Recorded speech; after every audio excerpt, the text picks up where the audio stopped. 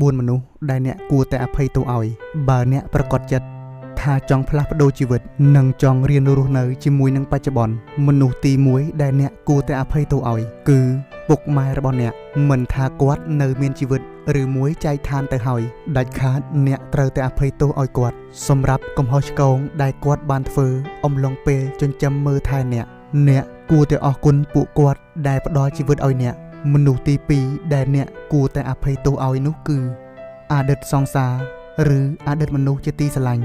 និងទំនាក់ទំនងដែលបានចប់ហើយទោះបីល្អ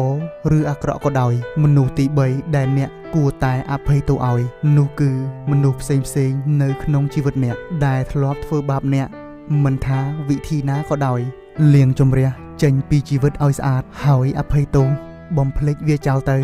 និងមនុស្សចុងក្រោយដែលអ្នកចាំបាច់គួរតែអភ័យទោសឲ្យបំផុតនោះគឺ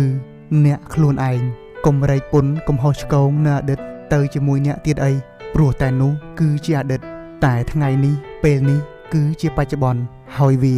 គឺជាឱកាសថ្មីរបស់អ្នក